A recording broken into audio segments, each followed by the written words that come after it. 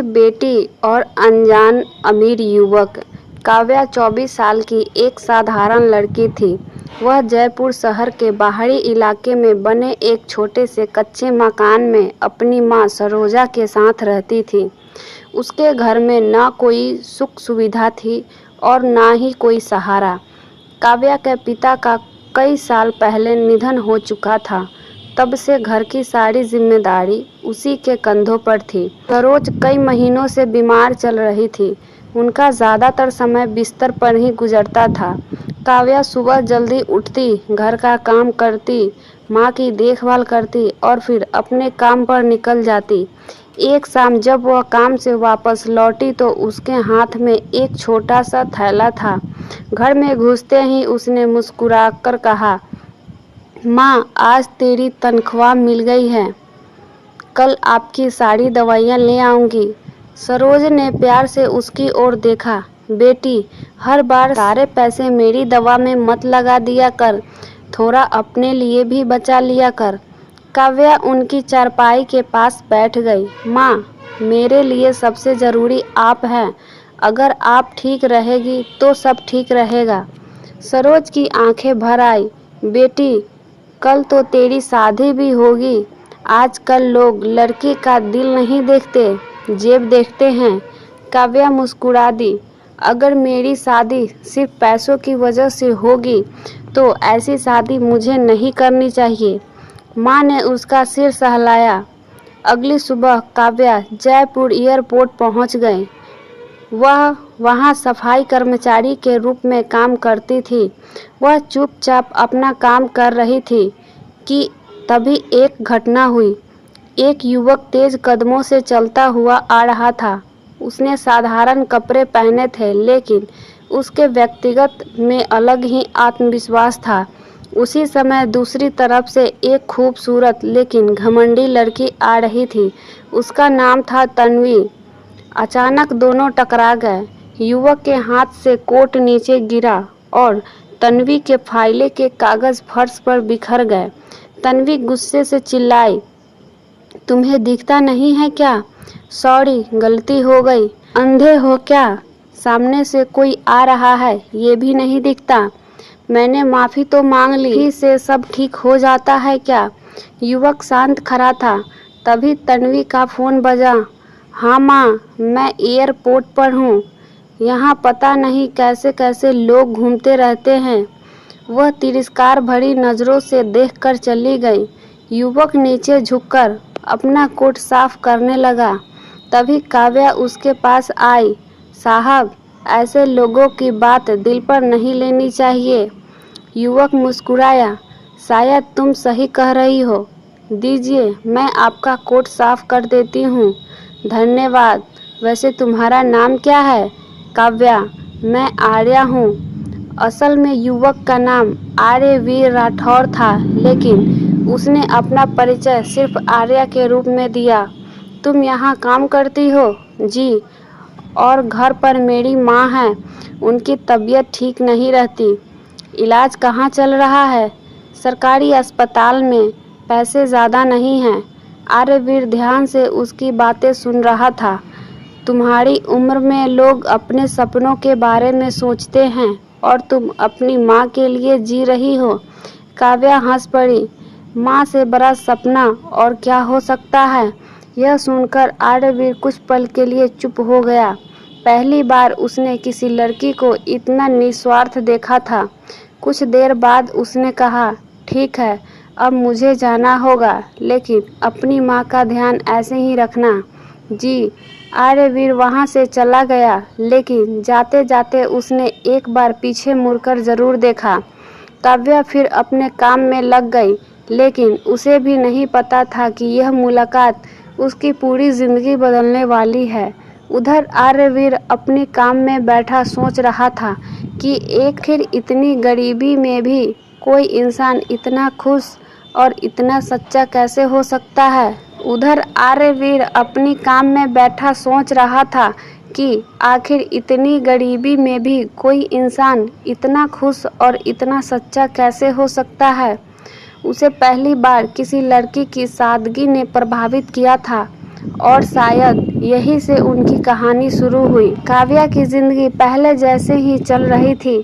वह रोज सुबह काम पर जाती, शाम को घर लौटती और अपनी माँ की सेवा करती।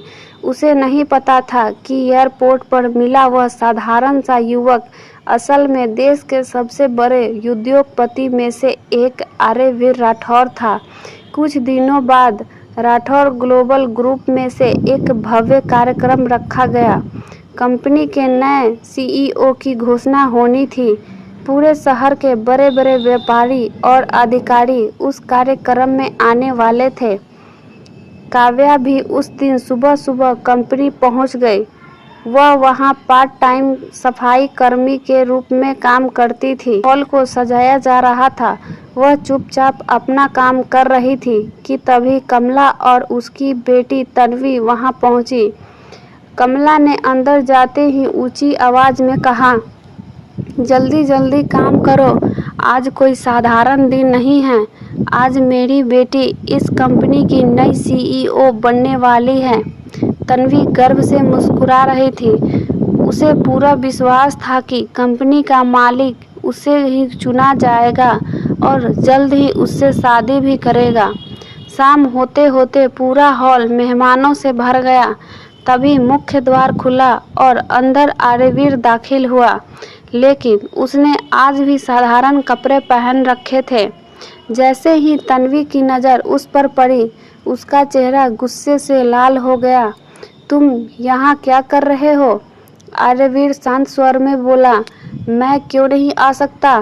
तुम्हें पता भी है ये जगह क्या है? यह राठौर ग्लोबल ग्रुप की पार्टी है। तो यहाँ हर कोई नहीं आ सकता। कौन रोक रहा है? मैं रोक रही हूँ। मैं इस कंपनी की होने वाली सीईओ हूँ और मालिक के होने वाली पत्नी भी। आर्यवीर मुस्कुराया, होने वाली? अभी तो हो नहीं ना? तन्वी तिलमिला गई। मेरी शादी कंपनी की मालिक से हो रही है। अच्छा, लेकिन तुम जैसे जाहिल इंसान से कौन शादी करेगा? तुम्हें तो मेरे घर के नौकर भी पसंद नहीं करेंगे। आर्यवीर ने कुछ पल उसकी ओर देखा, फिर उसकी नज़र एक कोने में खड़ी काव्या पर पड़ी। वह सीधे उसके पास पहुंचा। काव्या, एक बात पूछूं? जी। अगर मैं तुमसे शादी करने को कहूं तो? काव्या हैरान रह गई। क्या? मैं मजाक नहीं कर रहा, लेकिन हम दोनों की दुनिया अलग है। मेरे लिए नहीं, जवाब दो। काव्या कुछ पल चुप रही, फिर बोली, अगर आपके मन में सचमुच सम्मान है तो मुझे कोई आपत्ति नहीं। आर्यवीर मुस्कुराया, तो चलो। वह उसी हॉल के एक कोने में बने दुर्गा माता के मंदिर में ले गया। काव्या अभी भी समझ नहीं पा रही थी कि क्या हो रहा है। अगले ही पल आर्यवीर ने पूजा की थाली से सिंदूर उठाया और उसकी मांग भर दी। पूरा हॉल स्तब्ध रह गया। काव्या की आंखों से आंसू बहने लगे। उसने कभी सपने में भी नहीं सोचा था कि उसकी शादी इस तरह होगी। उधर तन्वी का गुस्सा 7वें आसमान पर पहुंच चुका था। वह दौड़कर उसके सामने आई। तुम्हारी हिम्मत कैसे हुई? आर्यवीर ने उसकी आंखों में देखकर कहा, अभी कुछ देर पहले तुमने कहा था कि तुमसे तुम्हारे घर के नौकर भी शादी नहीं करेंगे।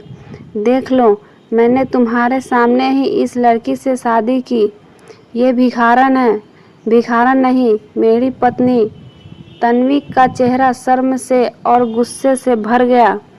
कमला भी चीखने लगी, आज के बाद यह लड़की हमारे घर काम नहीं करेगी। काव्या चुप रही। उसे समझ नहीं आ रहा था कि खुशी मनाए या डर जाए। घर लौटते समय वह बार बार एक ही बात सोच रही थी, क्या मैंने सही फैसला लिया? रात को जब वे घर पहुँचे तो सरोज ने दरवाज़ा खोला। उन्होंने दोनों के साथ देखा तो चौंक गई। बेटी, ये कौन है? काव्या शर्माते हुए बोली, माँ, मैंने इनसे शादी कर ली। सरोज कुछ पल तक दोनों को देखती रही, फिर बोली, बेटा, मेरी बेटी बहुत सीधी है, इसका ध्यान रखना। आर्यवीर ने सम्मान से सिर झुकाया, अब यह मेरी जिम्मेदारी है।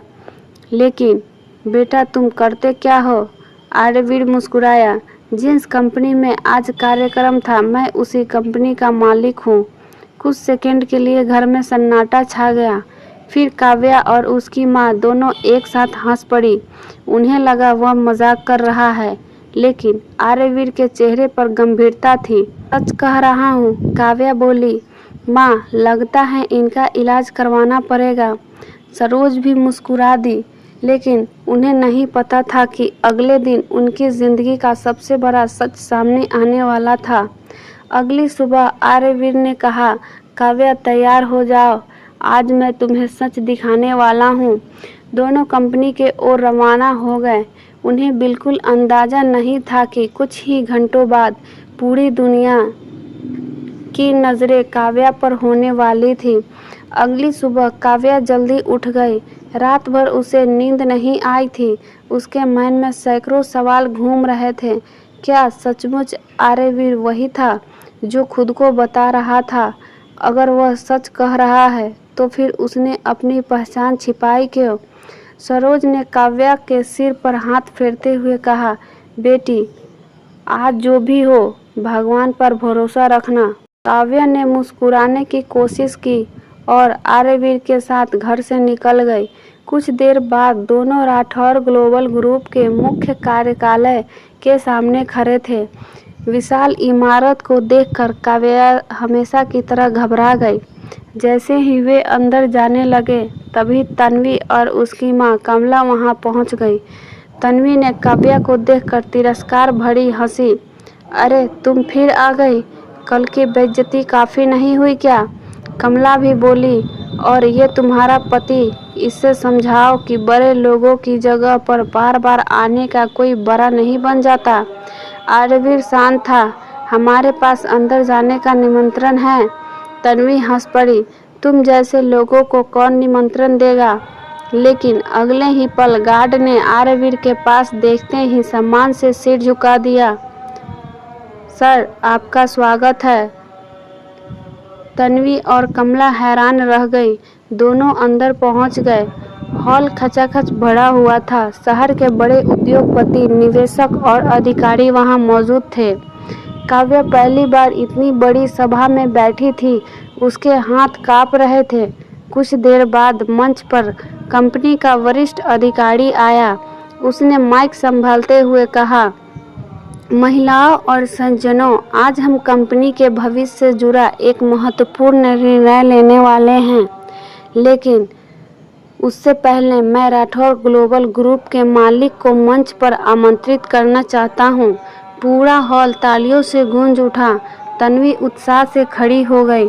उसे लगा कि अभी कोई शानदार सूट पहने व्यक्ति मंच पर आएगा, लेकिन तभी उसने देखा कि आर्यवीर अपनी सीट से उठकर मंच की ओर बढ़ रहा है। कुछ सेकंड तक पूरा हॉल शांत रहा। फिर अचानक सभी लोग खड़े हो गए। तालियों की आवाज़ पूरे हॉल में गूंज उठी। Welcome sir, good morning sir, नमस्कार सर। काव्या की आंखें फैल गई। वह अपनी सीट पर जड़ बनकर बैठी रह गई। तन्वी और कमला के चेहरे पर रंग उड़ गया। मंच पर पहुंचकर आर्यवीर ने माइक संभाला।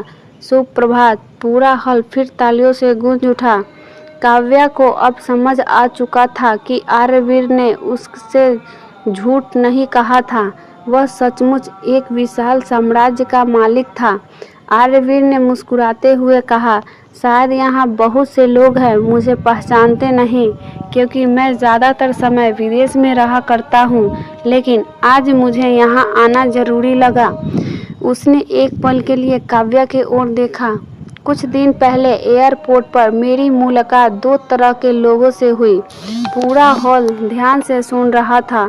एक ऐसे लोग जो किसी इंसान की कीमत उसके कपड़ों और पैसों से लगाते हैं, और दूसरे ऐसे लोग जो खुद कठिनाइयों में रहकर भी दूसरों के लिए जीते हैं। तन्वी का सिर झुक गया। आर्यवीर आगे बोला, मैंने देखा कि एक लड़की अपनी बीमार माँ के लिए अपनी सारी कमाई खर्च कर रही है। उसके पास दौलत नहीं थी, लेकिन इंसानियत बहुत थी। काव्या की आंखें नम हो गई। मैंने उसी दिन फैसला कर लिया कि इस कंपनी के ऐसे लोगों की ज़रूरत है जिनके दिल बड़े हो और सिर्फ बैंक बैलेंस नहीं। हॉल में सन्नाटा छा गया। अब हर कोई समझ चुका था कि वह किसी की बात कर रहा है। आर्यवीर ने घोषणा करने से पहले ही गहरी सांस ली। आज मैं इस कंपनी के नए CEO के नाम की घोषणा करता हूँ। सभी लोग तन्वी की ओर देखने लगे। तन्वी भी मुस्कुराने की कोशिश कर रही थी। उसे अभी भी उम्मीद थी कि नाम उसी का होगा, लेकिन अगले ही पल आर्यवीर की आवाज़ पूरे हॉल में गूंज उठी। राठौर ग्लोबल ग्रुप की नई CEO होगी काव्या। पूरा हॉल स्तब्ध रह गया। कई लोग अपनी सीटों से खड़े हो गए। कुछ लोग आश्चर्य से एक दूसरे को देखने लगे। काव्या को लगा जैसे उसने गलत सुन लिया हो। उसकी आंखों से आंसू बहने लगे। उसे विश्वास नहीं हो रहा था कि लड़की कुछ दिन पहले इसी इमारत में फर्श साफ करती थी, आज उसी कंपनी की CEO घोषित की जा रही है। आर्यवीर मंच से नीचे उतरा और उसके पास आया। हाँ काव्या, तुम, लेकिन मुझे तो कुछ नहीं आता। ईमानदारी आती है, मेहनत आती है, लोगों का सम्मान करना आती है, बाकी सब मैं सिखा दूंगा। पूरा हॉल तालियों से गूंज उठा। काव्या कांपते कदमों से मंच पर पहुंची। उसकी आंखों में खुशी और डर और विश्वास एक साथ दिखाई दे रहा था। उधर तन्वी की सारी उम्मीदें टूट चुकी थी। कुछ देर बाद वह धीरे धीरे मंच के पास आई। पहली बार उसके चेहरे पर घमंड नहीं था। वह काव्या के सामने खड़ी हुई। मुझसे गलती हो गई। काव्या चुप रही। तन्वी की आंखें भर आई। मैंने तुम्हें गरीब समझकर अपमानित किया। मैंने सोचा था कि पैसा ही सब कुछ होता है। फिर उसने आर्यवीर की ओर देखा और मैंने आपको भी गलत समझा। आर्यवीर शांत स्वर में बोला, गलती हर इंसान करता है, लेकिन उसे स्वीकार करने की हिम्मत बहुत कम लोगों में होती है। तन्वी ने सिर झुका लिया। कमला भी शर्मिंदा हो गई। कुछ दिनों बाद आर्यवीर ने सरोज का इलाज शहर के सबसे बड़े अस्पताल में शुरू करवा दिया। धीरे धीरे उनकी तबीयत सुधरने लगी। जब डॉक्टर ने कहा कि अब वे पूरी तरह स्वस्थ हो जाएगी, तो सरोज की आंखों में खुशी से आ गए आंसू। उन्होंने आर्यवीर का हाथ पकड़कर कहा, बेटा, भगवान ने मुझे बेटा नहीं दिया था, लेकिन आज लगता है उसने मेरी कमी पूरी कर दी। आर्यवीर मुस्कुरा दिया। समय बीतता गया। काव्या ने कंपनी के काम सिखाना शुरू कर दिया। शुरुआत में उसे बहुत कठिनाई हुई, लेकिन उसने हार नहीं मानी। वह हर दिन नई चीज़ें सीखती और पहले से बेहतर बनती गई।